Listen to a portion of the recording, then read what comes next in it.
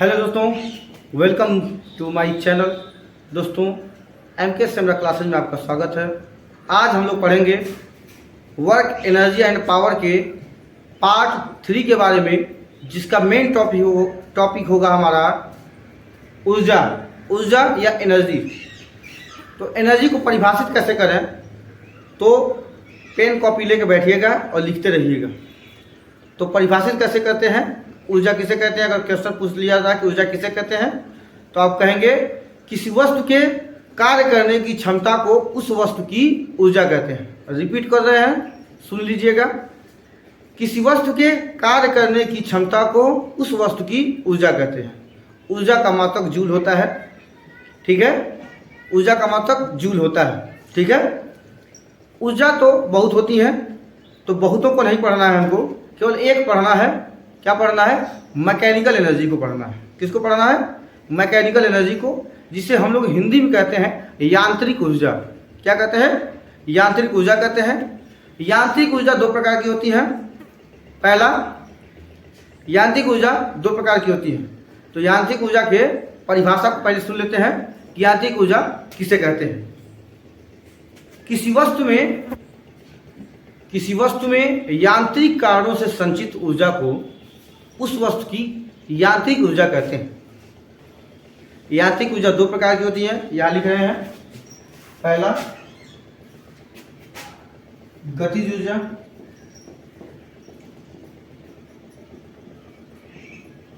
दूसरा,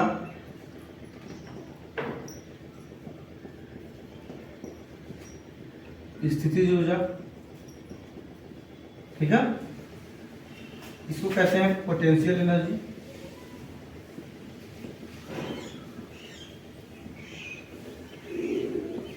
इसे कहते हैं काइनेटिक एनर्जी।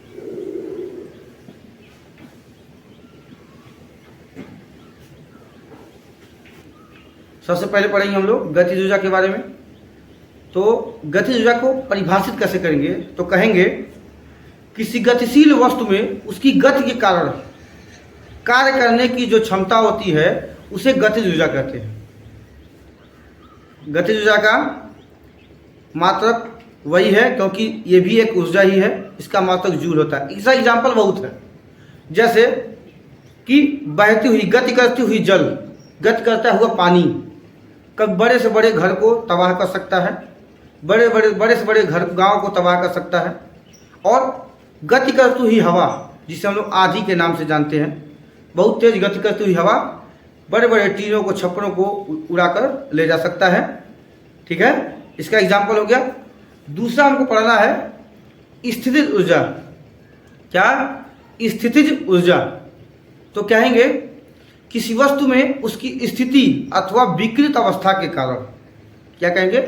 किसी वस्तु में उसकी स्थिति अथवा विकृत अवस्था के कारण कार्य करने की जो क्षमता होती है उसे उस वस्तु की स्थितिज ऊर्जा कहते हैं। इसका भी मात्रक जूल ही होता है, क्योंकि ये भी एक ऊर्जा ही है।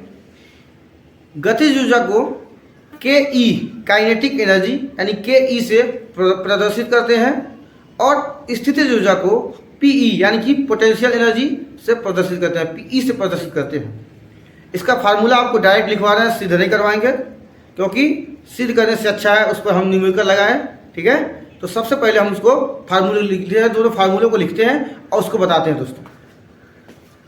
इसका फार्मूला होता है K E equal 1/2 m into भी का स्क्वायर। और इसका फार्मूला होता है पी ई यानी potential energy equal m into g into H.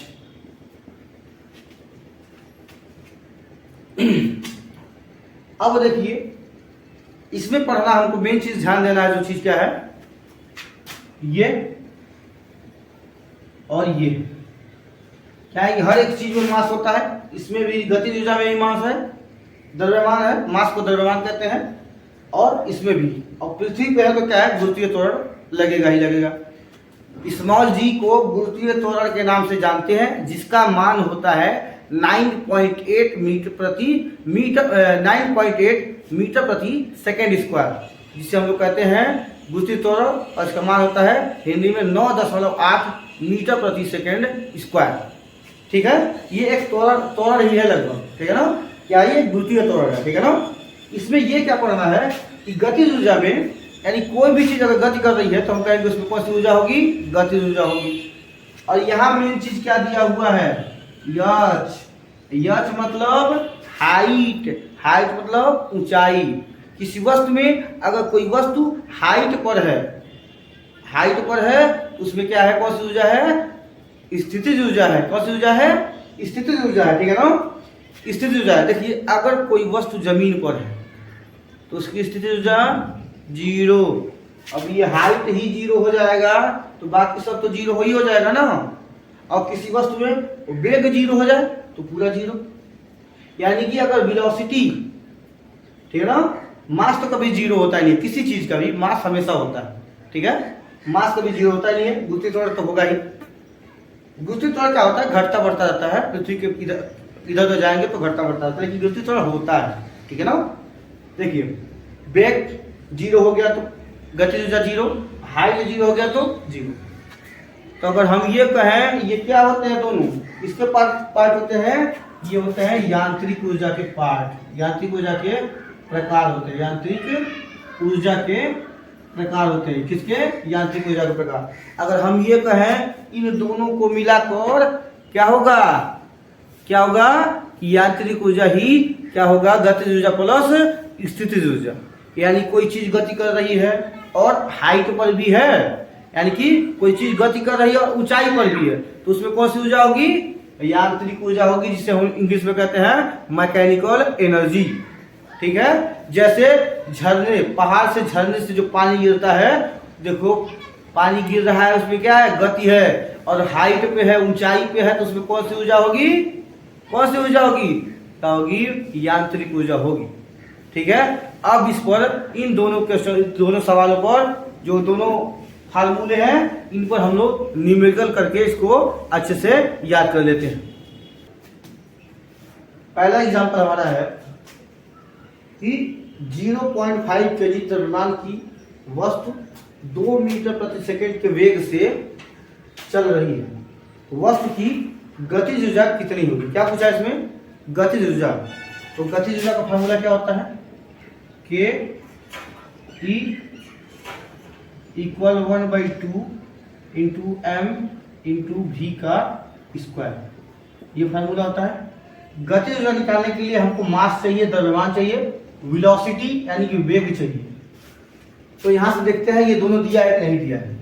दिया है 5 kg द्रव्यमान, यानी कि 0.m इक्वल क्या दिया है, 0.5 kg, यानी कि हम लोग कह सकते हैं m इक्वल क्या कर सकते हैं, इसको 1/2 kg कह सकते हैं ना, आधा kg को आधा kg, 0.5 को 1/2, ठीक है ना। और क्या दिया है, 2 मीटर प्रति सेकंड का वेग, यानी वेग दिया है क्या, 2 मीटर प्रति सेकंड, यानी दोनों दिया है, मास भी दिया और वेग भी दिया। तो हमारा फार्मूला होता है K equal 1/2 into M into V का स्क्वायर। इसका क्या हो जाएगा दोस्तों, के ही ऐसे ही रहेगा, तो यही हमको निकालना है। ये हो जाएगा 1/2 इंटू एम कितना दिया है, 1/2, और गुणा में वी कितना दिया, 2, तो 2 का स्क्वायर, वी का स्क्वायर, वी का स्क्वायर ना तो 2 का स्क्वायर। ये क्या हो जाएगा, के ई इक्वल 1/2 का गुणा 2 में तो 4, 1/4 गुणा में 2 का अगर वर्ग किया जाएगा तो 2 का वर्ग भी 4 होता है, तो 4 कम 4, यानी कट जाएगा, क्या हो जाएगा, काइनेटिक एनर्जी यानी गतिज ऊर्जा हमारा क्या हो जाएगा, 1 जूल हो जाएगा। क्या हो जाएगा, 1 जूल हो जाएगा। ठीक है, अब आते हैं दूसरे क्वेश्चन पे, जो ये गतिज ऊर्जा के बारे में था, गतिज ऊर्जा की गणना करना था, और यहाँ पर स्थितिज ऊर्जा की गणना करना है। करा 5 kg द्रव्यमान की कोई वस्तु को 5 मीटर ऊंचाई पर, कहाँ पर, ऊंचाई पर, नीचे से कहा जाना पड़ा, ऊंचाई पर कितना, 5 मीटर, यानी हाइट जो हो जाएगी, यानी यहाँ से कोई वस्तु को हम उठाते हैं यहाँ तो, यानी ये जो हाइट हो जाएगी कितनी, ये कितना दिया है, 5 मीटर। ठीक है, यानी एच दे दिया हमारा 5 मीटर और मास दे दिया कितना, द्रव्यमान कितना दिया 5 किलो। अब देखिए दोस्तों, हमारे पास स्थितिज ऊर्जा पूछा है। स्थितिज ऊर्जा का फार्मूला हम लिखवाएं आपको, पी ई यानी पोटेंशियल एनर्जी बराबर M into g into h. अब देखिए पोटेंशियल एनर्जी हमको ज्ञात करने के लिए मास चाहिए, द्रव्यमान चाहिए, गुरुत्वीय त्वरण चाहिए और ऊंचाई चाहिए। तो ये दोनों तो हमारे पास हैं। इसका मान हमेशा बताए तो पहले बता दिए हम कि 9.8 होता है। कहीं कहीं इसको 10 ले लिया जाता है कि गणितीय कैलकुलेशन आसान हो जाए। आप 9.8 लेते हैं तब भी सही है, 10 लेंगे तब भी सही है, ठीक है ना। अब मैं यहाँ पर 10 ले रहा हूँ कि आसान हो जाए, ठीक है ना। तो इसका पी इक्वल क्या होता है, M into g into H, ठीक है। तो एम की जगह क्या लिखेंगे हम लोग 5, और फिर से जी की जगह लिखेंगे हम लोग 10, अब पूरे फिर से एच की जगह लिखेंगे 5। कितना हो जाएगा, पी ई इक्वल हो जाएगा 5 नाम 50 और 50 बचे 250, 250 जूल हमारा क्या हो जाएगा, उसमें स्थितिज ऊर्जा हो जाएगी। तो दोस्तों आज के लिए इतना ही। ऊर्जा के सभी कॉन्सेप्ट इसमें क्लियर हो गए हैं। अब एक चीज़ और बचता है इसमें, शक्ति, जिसे हम लोग कहते हैं पावर। तो उसको अगले पार्ट में पढ़ा जाएगा। दोस्तों वीडियो कैसा लगा कमेंट में जरूर बताइएगा। चैनल पे नए हैं तो चैनल को सब्सक्राइब कीजिएगा। वीडियो अच्छा लगे तो लाइक कीजिएगा और दोस्तों के साथ शेयर कीजिएगा। तो चलते हैं, मिलते हैं अगले पार्ट में।